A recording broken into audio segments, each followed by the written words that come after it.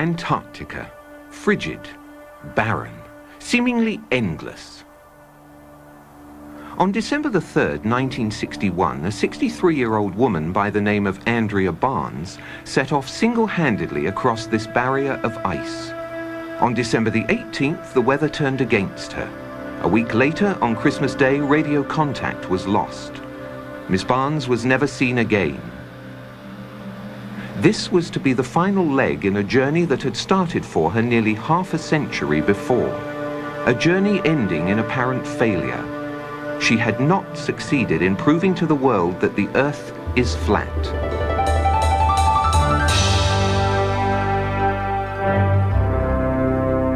It has a flat top and it's shaped like a top.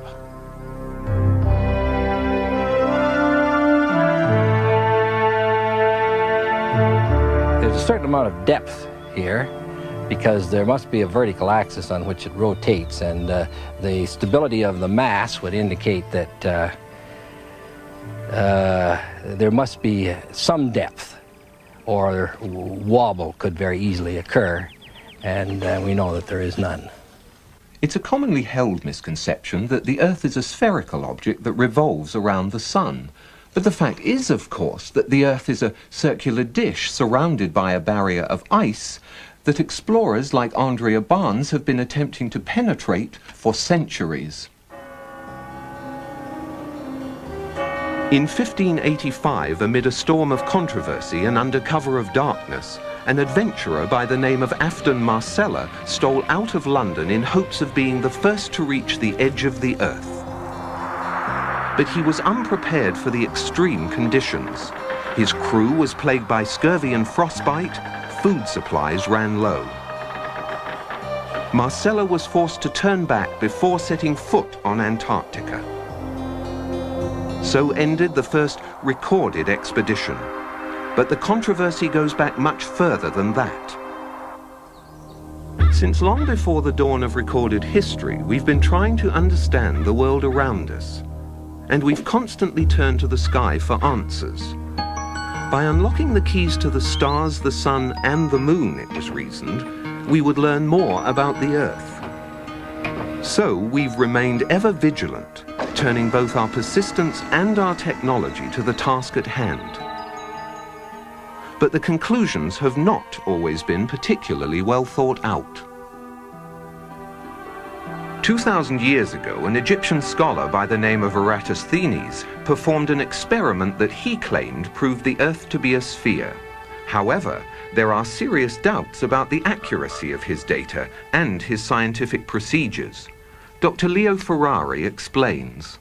Oh, the Eratosthenes experiment is an experiment supposedly conducted in the 1st century, whereby this ingenious person was supposed to have proved, I say that in quotes, that the Earth was a sphere of some 4,000 miles radius.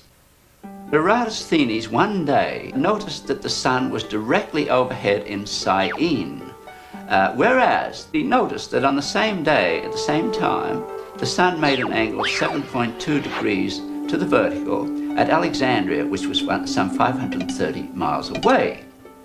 How did Eratosthenes in the 1st century know what the sun was doing on the same day in two places which are 530 miles apart? One can take all those same data, knowing that the Earth is flat. In one place you have the sun directly overhead, and at another place, at the same time, at 530 miles away, let us suppose that it does make an angle of 7.2 degrees to the vertical. Then we have a right-angled triangle, which it can be easily shown that the sun is some 4,000 miles up in the sky. These superficial, even, considerations show that it's impossible. The whole thing, it's a story, a fairy story made up and mindlessly repeated in textbooks. Fortunately, not all scientific arguments are based on such questionable research.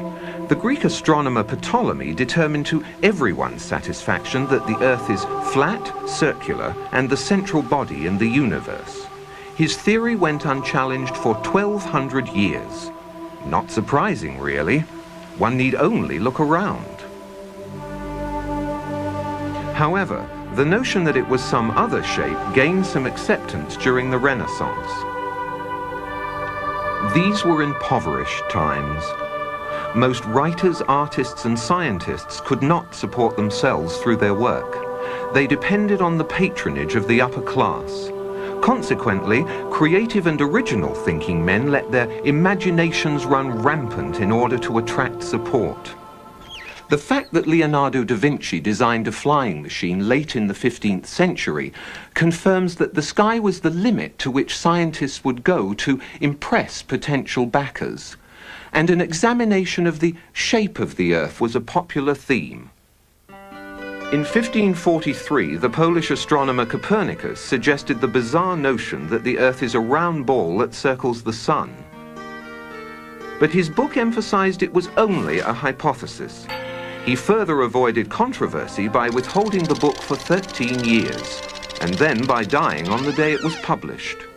Edmund Halley, the highly esteemed British astronomer, best known for the comet named after him, proposed that the Earth is made up of several concentric spheres, each supporting life, placed inside one another in the manner of a Chinese box puzzle. Marshall B. Gardner, however, insisted that the Earth is completely hollow except for a small sun that lights the interior.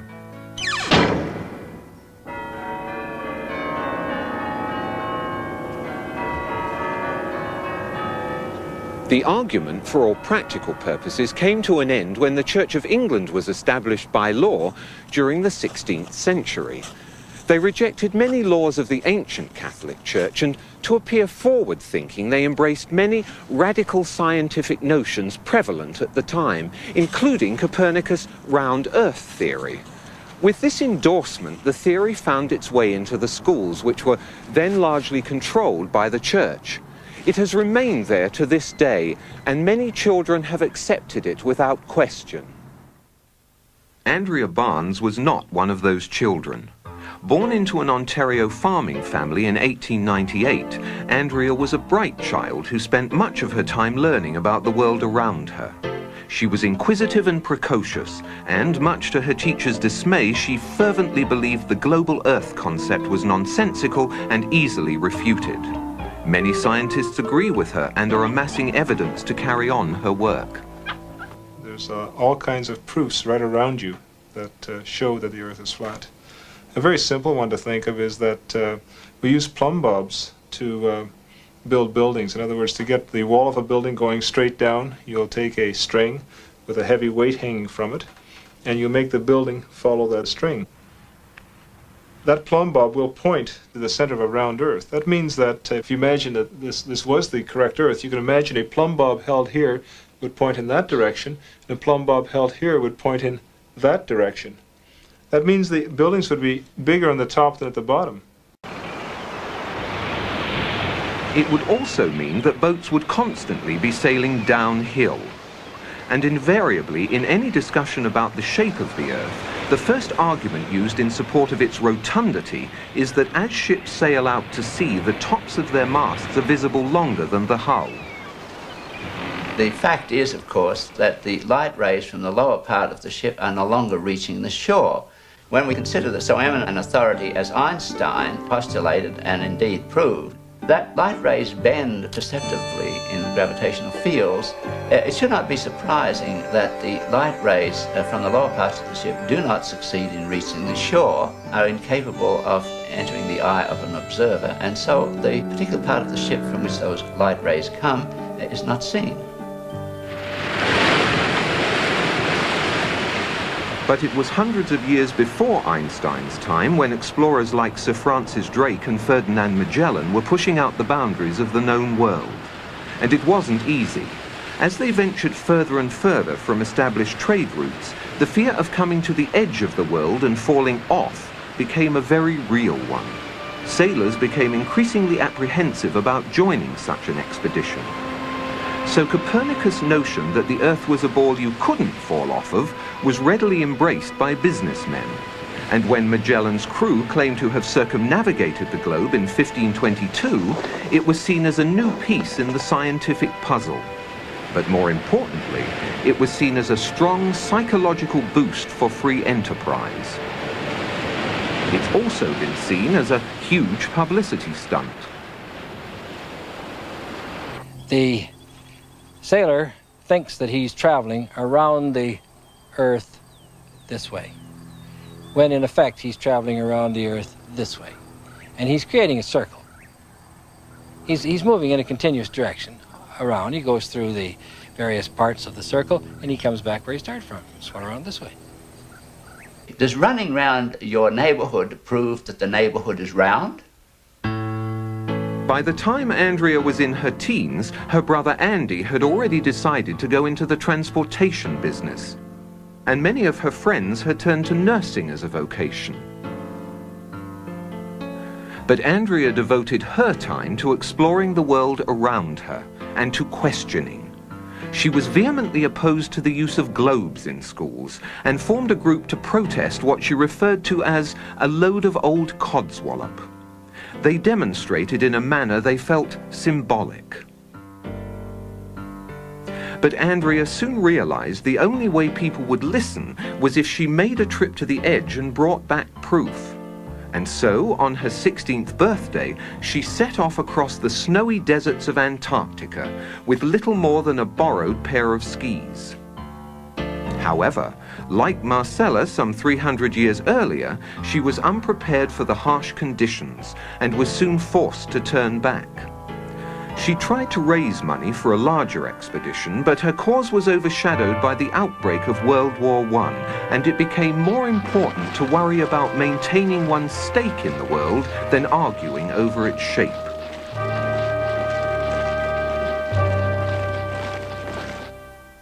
Although they never met, Andrea's mentor was this man, Samuel Burley Rowbottom, better known throughout the scientific community as Parallax.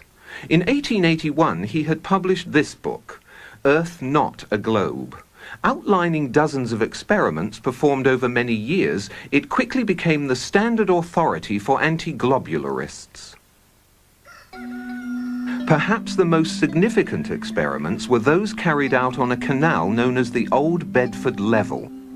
Located in Cambridgeshire, England, the canal is perfectly straight over an uninterrupted 6-mile stretch.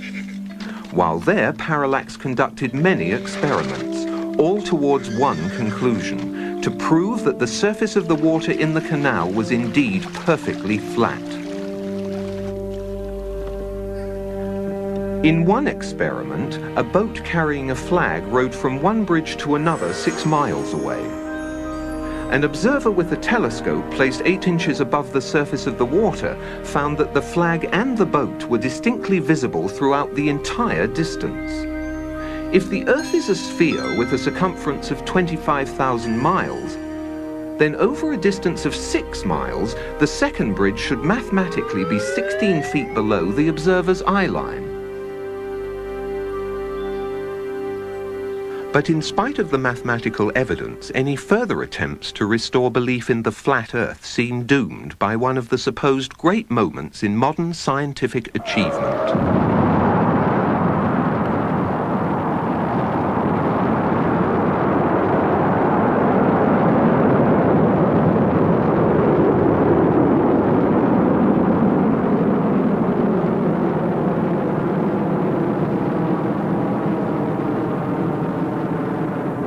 At last, after thousands of years of uncertainty, man was able to get far enough away from the Earth to have a good look at it in all its resplendent beauty.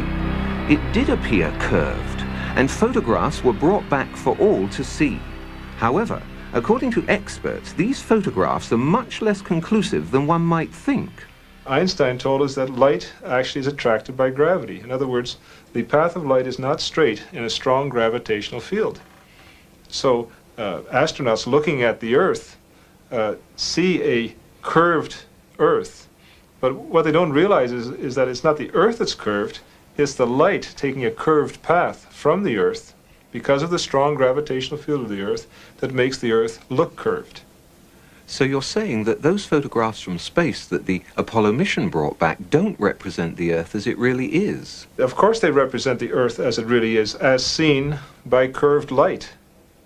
And so those photographs from space are entirely correct. And it's just that what has to be taken into account when we take data from those photographs is that light traveling through space is curved by gravity.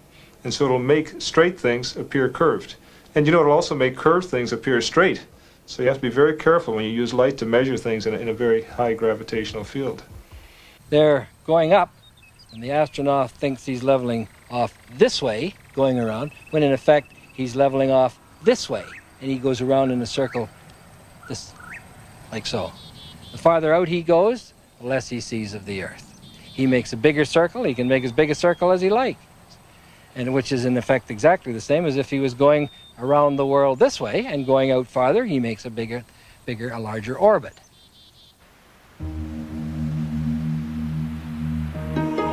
Through time-lapse photography, the velocity of these clouds has been dramatically increased. While they were actually drifting over the mountains at approximately 27 miles per hour, they now have the appearance of moving at well over 100, 4 times their normal speed. If the clouds were stationary and the Earth was revolving underneath them, this is how it would appear if the Earth was spinning at 100 miles per hour. Yet we're told that the Earth is spinning at 10 times that speed. Consider this. Those who maintain that the Earth is a globe that spins suggest that people standing at the equator are being whirled around at approximately 1,000 miles an hour. They further maintain that the Earth is spinning around the Sun at a speed of 67,000 miles per hour, and that our Sun is supposedly racing around the center of our galaxy at some 600,000 miles per hour. And yet, you and I both know that on many days it's possible to stand outside without a single hair being messed up by the breeze. You put your hand outside a window of a car which is going even at 80 kilometers per hour, a terrific wind goes blasting by and pushes your hand back. Imagine putting your hand outside the window of a car that's going 1,600 kilometers per hour. We just take your hand right off. With a sphere of 4,000 miles radius being spun round once every 24 hours, a little bit of calculations will show that that person there is being spun round at about 1,000 miles an hour and doesn't know it. I mean, this is obvious nonsense. You go on a merry-go-round and it goes, I doubt, more than 10 miles an hour, and you get off all dizzy. You mean to tell me that people can be spun round at approximately 1,000 miles an hour and not know it? Why, if this is so, this whole room that we're in is supposedly being spun round at something of approximately that order of speed, and we don't know it? There's all kinds of evidence for the phenomenon of what's called continental drift. This means that the continents are able to move as if they're floating on a fluid. Now, if the Earth is spherical, if it's spinning, anybody knows that if this is spinning very, very, very fast like that, that the continents should all be located at the equator, because centrifugal force would move the continents from the poles to the middle. One of the real big problems that maybe is a little bit easier to understand, sound doesn't travel nearly that fast. So, for example, if you're at the equator and you wanted to shout to warn somebody, it's quite possible they could never hear you, because if you were shouting, say the Earth was spinning in this direction, and you were shouting in that direction, the sound could never catch up to the person who's, of course, being carried away by the Earth. In October of 1929, Andrea again tried to focus the world's attention on the controversy by proving the notion the Earth spins to be absolute nonsense. It was reasoned that if a dirigible was to go aloft in England and hold itself perfectly static, then by the accepted theory the Earth should rotate underneath it and New York should come into view some 4 or 5 hours later.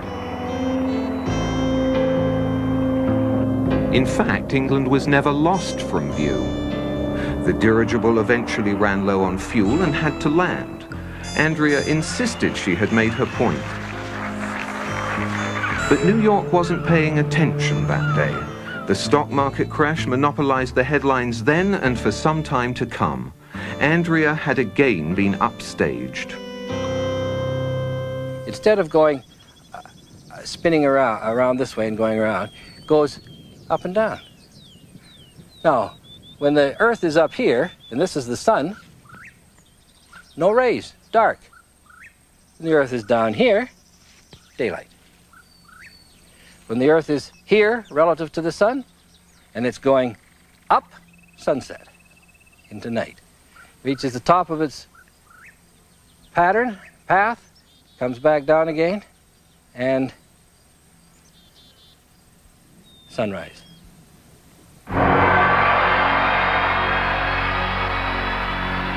Now, an interesting thing happens at the ends of the Earth. You see, when you go on a car trip from point A to point B, you're moving through what's called space. And it takes time to get through space. But if there is space, there must also be non-space. It's kind of like saying, if there's wet, there must be dry. You can't have one without the other. It's obvious. So when you get the end of the pizza model of the Earth, you're actually moving from space into non-space. Now you can move through non-space in no time. See, it takes time to move through space, but it takes no time to move through non-space. So a lot of things are affected by this. For example, satellites, as they cross the Earth, they will then go into this non-space region. They will instantly then be able to reappear back where they started by taking a non-space route. The moon does this, the sun does this, and stars even do this at a very, very slow rate, moving from space into non-space and then reappearing back where they started from. This is due to a property of reflectivity and complementarity that is a well-known phenomenon.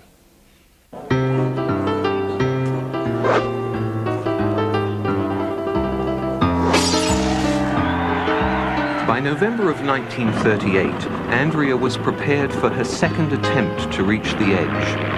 A consortium of financiers were providing her with a plane and a large enough crew to make a legitimate go of it. And so, once again, an optimistic Andrea found herself in Antarctica. And once again, fate was against her. A freak spring blizzard took them by surprise. They were unable to leave base camp, much less make a trip to the edge. The entire expedition was very nearly wiped out.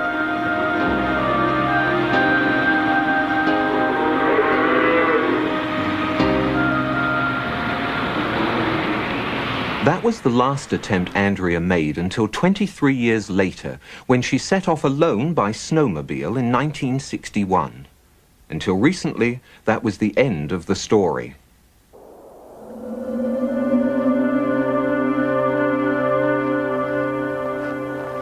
Early this year, a researcher stationed in Antarctica to study weather patterns found a snowmobile partially buried in a snowbank.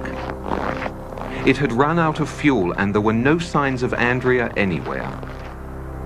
But he did find these, a camera and a note. The note says only, "I have been there. The debate finally comes to an end. Signed, Andrea B." It had survived the frozen elements for nearly 30 years. Unfortunately, the researcher inadvertently opened the camera, exposing the film inside. Any pictures were lost, and Miss Barnes' trip is still very much shrouded in mystery. There was no description of what she had seen or how far away it was. But if we are to believe the note, then Andrea Barnes was very likely the first person in history to visit the edge of the Earth.